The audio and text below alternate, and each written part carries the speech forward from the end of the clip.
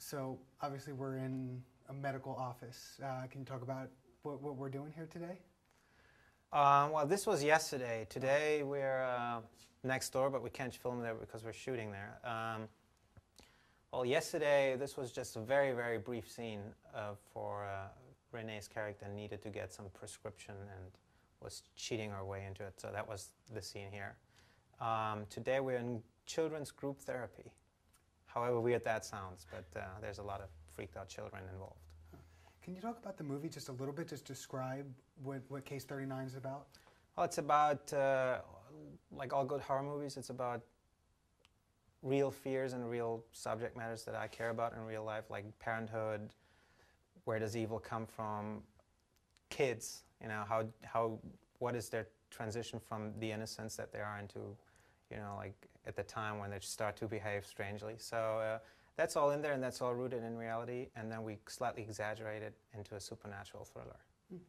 So how has Renee changed this movie from being a regular horror movie to being a Renee Zellweger horror movie?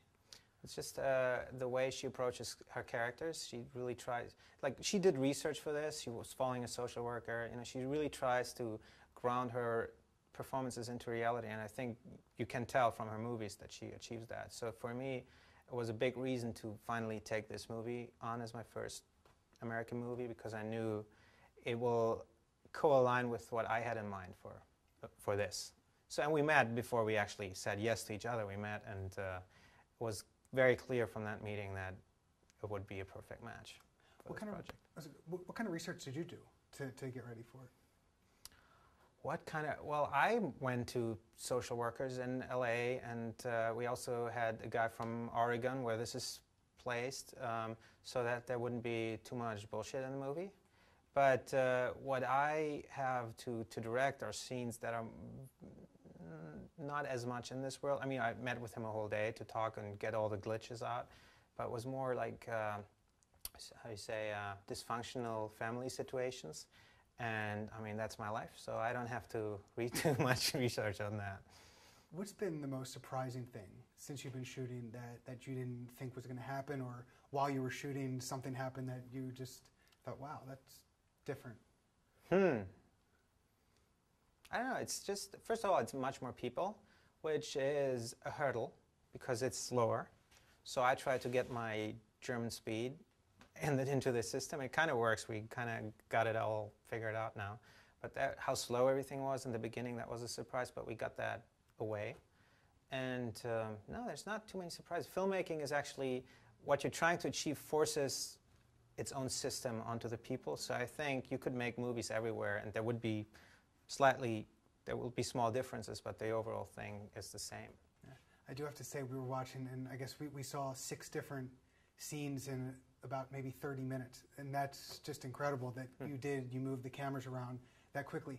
That speed, does that help you that you can move at your own pace? And you know, has anyone said anything about maybe slowing something down? Or well, before I actually made the movie, well, you know, in the prep, everybody made a lot of comments because it's nobody ever does that here. You know, like it's just people were scared that I was talking a lot but couldn't actually do it. Now that it's working and they see the dailies and they saw a couple of cuts and it's all coming together, that has stopped.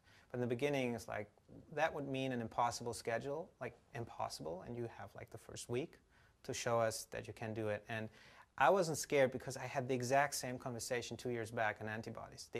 Everything was the same. Like in the beginning, yeah, he can do it. And the closer the shooting comes, the more worries come, because all the people that get hired tell the line producer and the producers in the studio, we've never done that, he's crazy, and they hear it so many times that they got a little scared. But they gave me the first week, and after that, they've been cool and mellow. What's been your favorite scene so far to shoot? Oh, that changes. When I go to the editing room and I see a new one, it turns to be my favorite because the old one I have seen already. So usually, sometimes I'm surprised about a little scene because you forget about them. The big ones, they're always, you know, in your mind. But I saw a funeral scene. I don't want to give too much away, but a funeral scene yesterday that was new to me. That's just 40 seconds, and I just loved it. It's my favorite scene right now. Now tonight we're going to see a very special scene. Are you worried about anything happening? Have you storyboarded what could, what's going to happen? Of course. Yeah.